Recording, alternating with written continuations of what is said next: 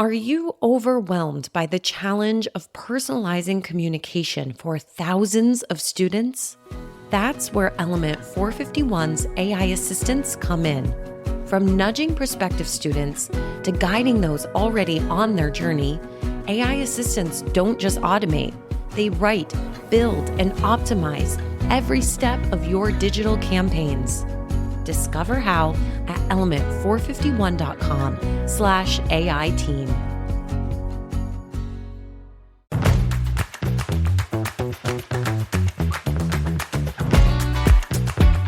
Welcome to Talking Tactics, a podcast that gets you results. Each episode features a single tactic, implemented with limited resources, that move the needle in some way. I'm your host, Day Kibbles, Vice President of Strategy at Ology, a marketing and branding agency for education. Join me every other week for discussions with some of the most clever folks in higher ed worldwide, doing the work day to day, just like you. Talking Tactics is part of the Enrollify Network, a robust collection of podcasts designed to help higher education professionals like you grow. Explore our other shows at enrollify.org or check out some of my personal favorites linked in the show notes. Enrollify is made possible by Element 451, a leading AI-powered, all-in-one student engagement platform, helping institutions create meaningful, personalized, and engaging interactions with students. Check them out at element451.com.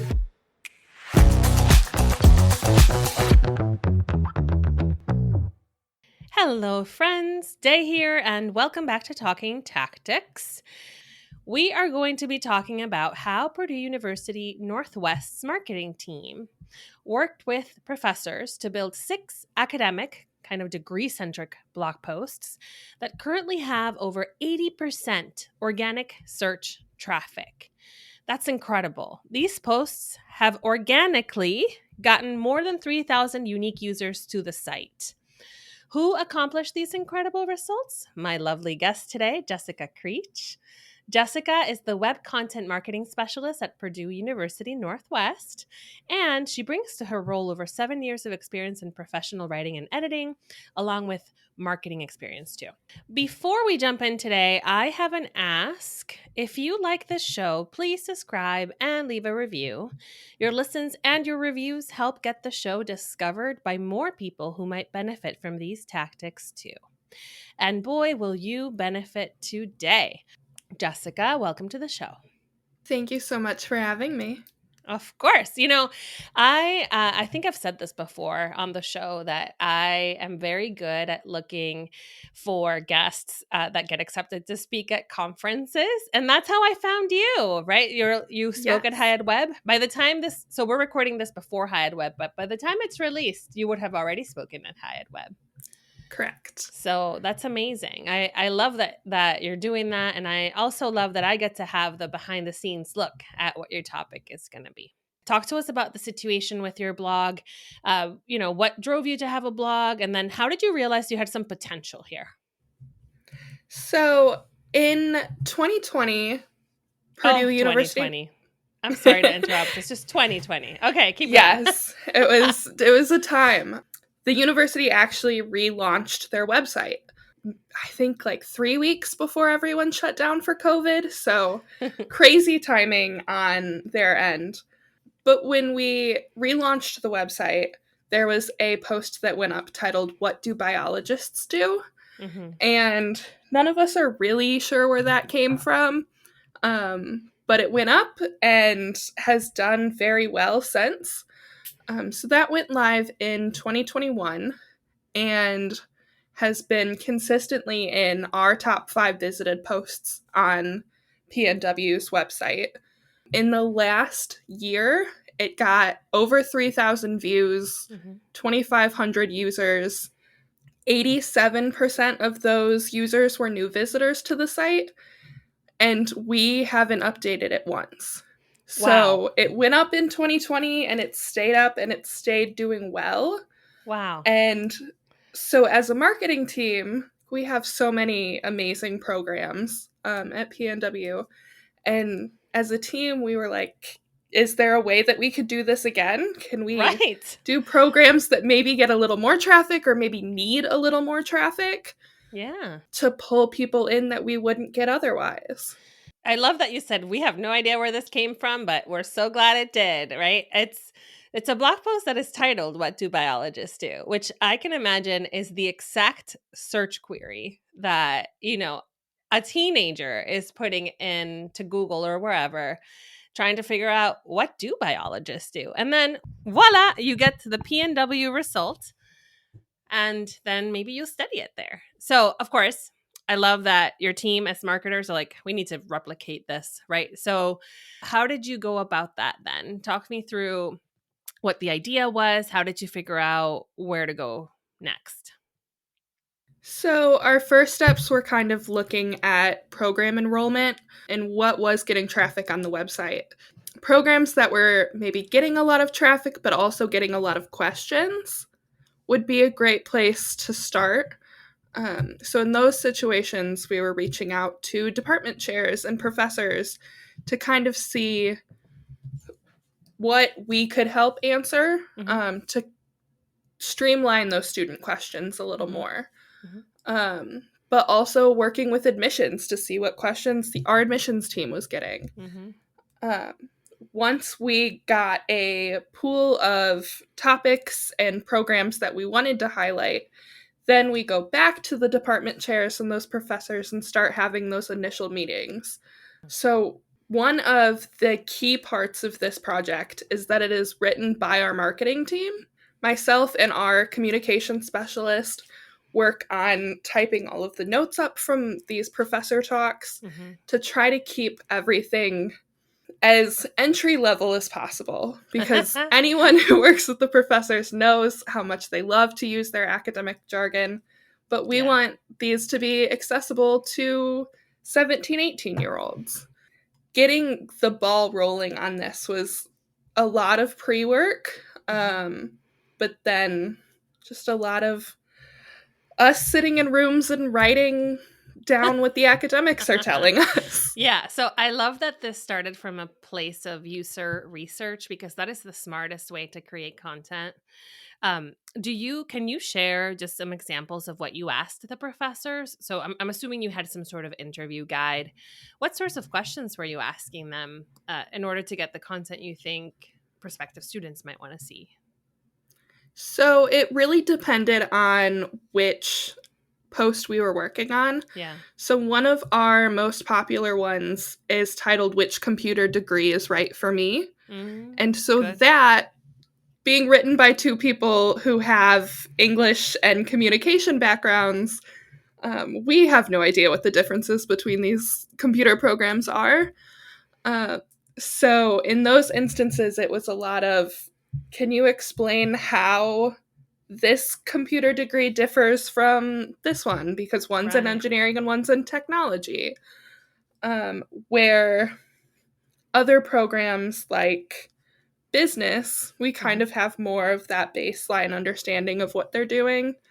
And there we can really dive into what are the benefits of these programs? What kinds of practical job applications will students that are on this track receive by coming to PNW and getting their degree here?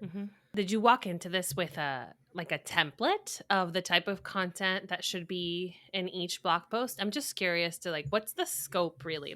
Do we want to talk about, like you just said, the types of things that you study or the types of careers that you can have? And if I were to look at all the posts right now, do they look similar? I'm just curious how much structure there was around it going in. So we really wanted to lay it out to have a highlight section on the degree, career outcomes, and sections for the actual academic classwork. So each post, depending on how many programs we're highlighting, dives a little bit more or less into detail, just to keep it a manageable size. But we adapted the layout from that original biology post. So we were able to dive in with more pictures and statistics and Great. Okay, so to me, so far, it's sounding like this is something pretty straightforward that, with some actual commitment could be done by people who can write well, right? But I'm pretty sure that maybe it wasn't that easy the entire time. So, can you, for our listeners who might be inspired and want to try this, can you share some of the challenges and some of the things that they need to look out for? Of course.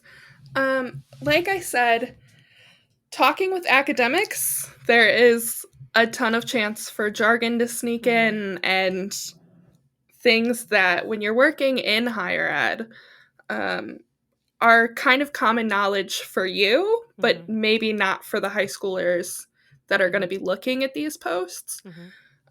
So making sure that the language is accessible to everyone has definitely been a challenge. And we have a great team that works on these. And then a bunch of student workers that review them so we can make sure that they understand everything. Understand? I love it. Yes. Yeah. I would say our other biggest challenge here is just the amount of people that are involved. So this isn't the lead project for me or our communication specialist. Right. This is definitely a side passion project that we're just trying out. And so trying to find time to focus on writing these is difficult. Right. But also scheduling meetings. When you're talking to maybe 3 or 4 professors to try to get opinions on one degree program, and then getting on their calendars and getting them to review the actual drafts and getting those reviews back and fixed and sent back out. It takes a lot of time. Right. And there is a chance that it could spur into having too many people on one project. We've definitely experienced that with a few of the explainer posts that we've done. Yeah. So really trying to figure out who your core resources are and make sure that all of the people involved have the time and bandwidth to actually help out with that. Yeah. Is definitely a challenge on its own. So I like the idea that you're interviewing different professors for different points of view on the same degree. I think that makes the content super rich. But yeah, I'm imagining the post draft nightmare of getting approvals and review. I mean, I actually remember one time it wasn't I don't think it was professors, but I actually cried from from the overwhelm of all the reviews that I kept getting back that were just so nitpicky. So I'll share a tip with everyone that really helped me back then when I used to cry about this stuff. I started putting my first drafts on the cloud, like in a Word, not a Word document, but like a Google Doc or it could be a SharePoint Word document, something in the cloud that multiple people can access at the same time. And then what I would do is I would share it without editing permissions. Like I would only share it with comment permission.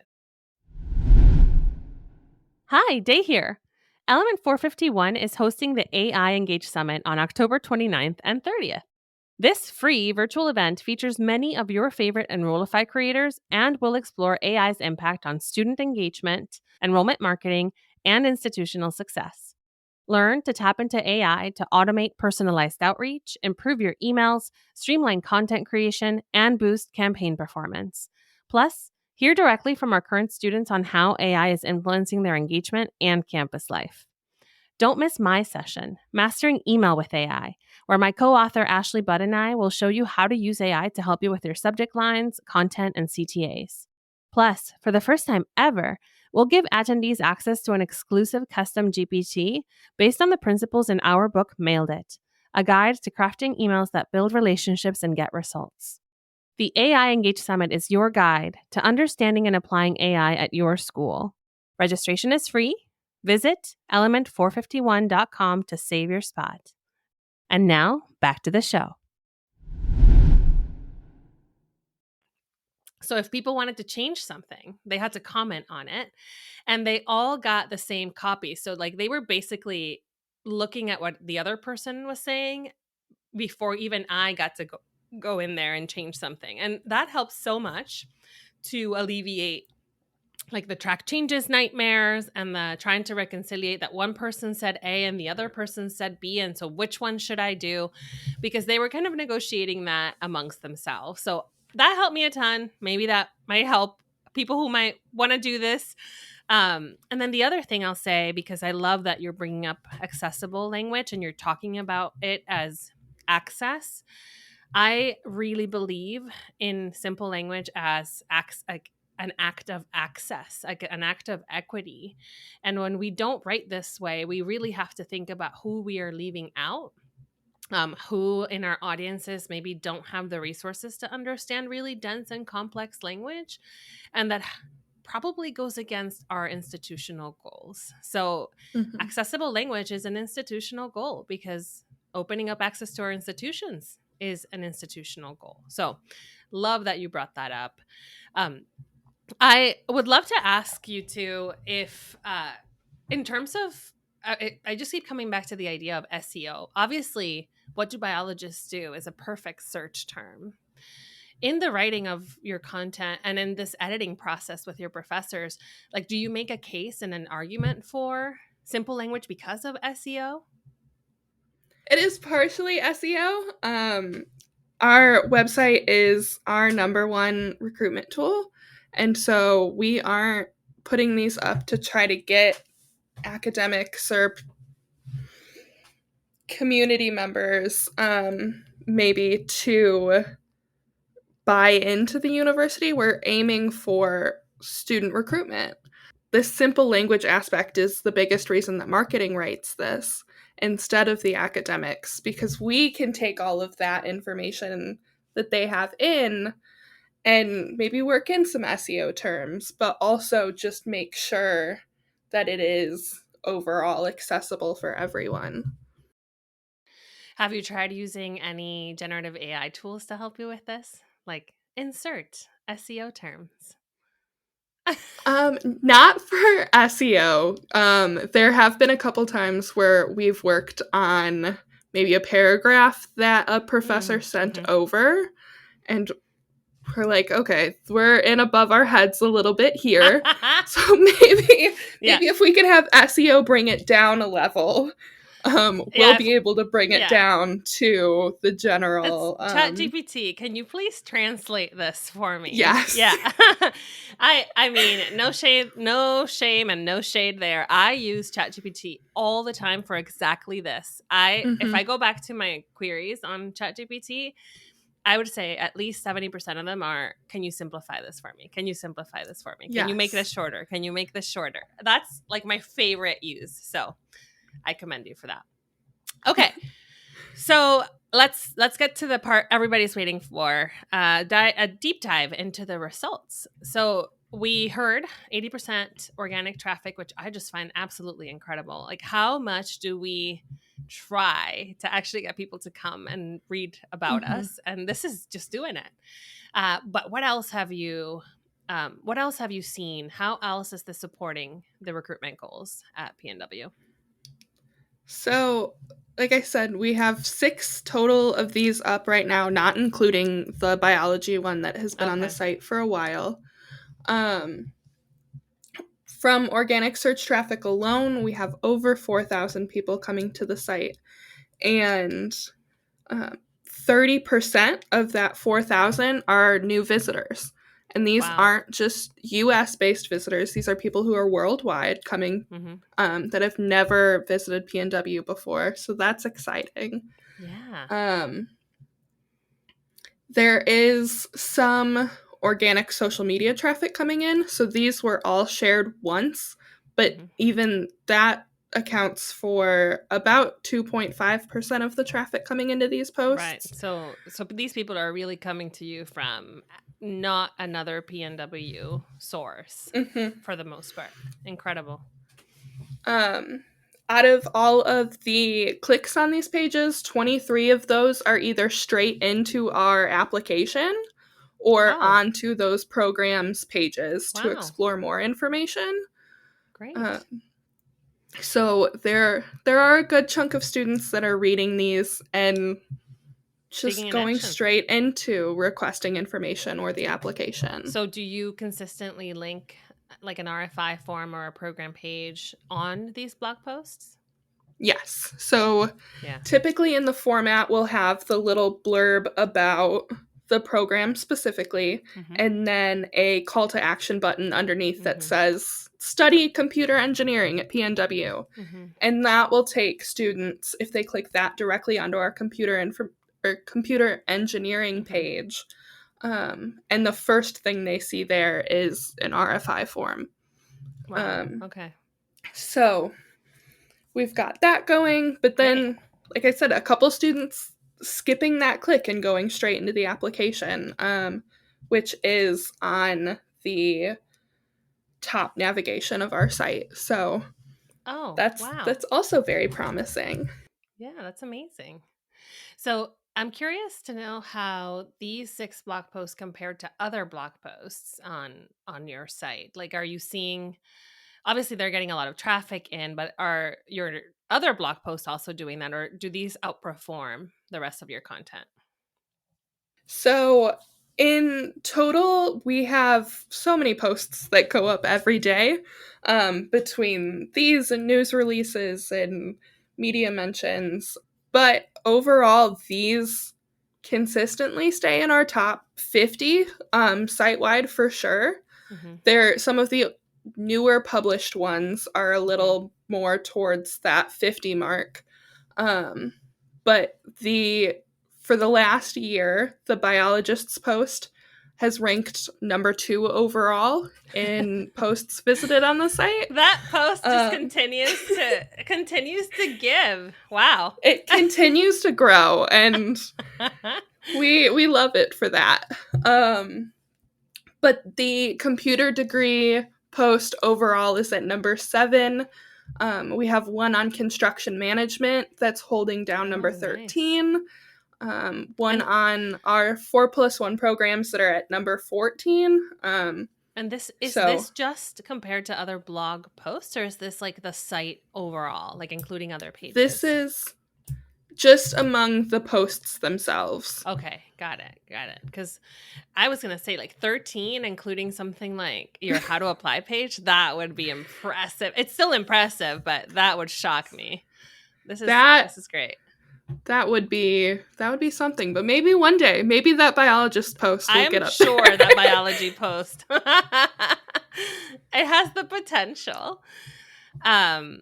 Okay, so is there anything else that you've learned from this that, you would kind of consider a positive result? So I can imagine things like building relationships across campus, or kind of understanding what content is performing and you can use it in different places, or anything else like that. I think the relationship building has definitely been great. It's really easy in marketing to kind of silo yourself to who reaches out to you the most. So there are professors that we definitely work with more often than others. But I've made a lot of new connections working on these projects, which has been great because they're people I wouldn't have been able to speak with otherwise.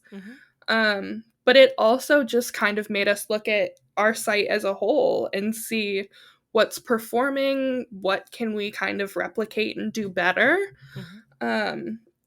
So I think this project helped spur a lot of internal review for our team too, which has been really nice. Yeah, I mean, one of the things I love about it too is so many schools want to showcase their professors as, these great human beings with a lot of knowledge. And I find like this is a really nice way to get at that, right? Like they are the ones talking about their programs, these relationships and breaking down these silos. And I love how you said, like, we generally tend to talk to those who already talk to us. Love that you're opening up that door to more areas of the university, straight into you. Have you tried yet to use some of this content in other channels? So is it being maybe replicated in video or in email or anything like that? We have not. I know occasionally our admissions team will send this out to students. So our suspicion is that's making up the good chunk of direct access that But we've definitely thought about Right. maybe once we get a couple more up, trying to see if videos would work or work them into maybe those program pages a little more. Yeah. Yeah. I'm thinking of all the possibilities here. I'm like, oh my God, let's do it all. Please do it all. There is a lot. Yeah. With our little team, we have to figure out how we can do that. Well, you're already doing so much. This is an incredible tactic. And, as I love all the tactics on this show because they are all limited resources with big results, just like this one. It's very good. Thank you so much for sharing this tactic with us and walking us through the specifics. We are going to link some of the blog posts in the show notes for folks to see, but if they have more questions for you, where can they reach you? So LinkedIn is probably the best place. Will be linked. It will also be linked. That's right. Perfect. But my email works too. It is jcreech, CREECH at pnw.edu. Amazing. I love that. Thank you for being open to chat with folks about this. And thanks everyone for listening today. Remember to follow and subscribe to keep walking the walk and talking the tactics. The Talking Tactics podcast is part of the Enrollify podcast network. If you like this podcast, chances are you'll like other Enrollify shows too. Our podcast network is growing by the month, and we've got a plethora of marketing, enrollment, and higher ed technology shows that are jam-packed with stories, ideas, and frameworks, all designed to empower you to be a better higher ed professional. Our shows help higher ed marketers and admissions pros find their next big idea and feature a selection of the industry's best as your hosts, like Jamie Hunt, Allison Tercio, Jenny Lee Fowler, Jeremy Tiers, and so many of your other favorite leaders in higher ed too. Enrollify is made possible by Element 451, the leading AI-powered, all-in-one student engagement platform, helping institutions create meaningful, personalized, and engaging interactions with students. Check them out at element451.com.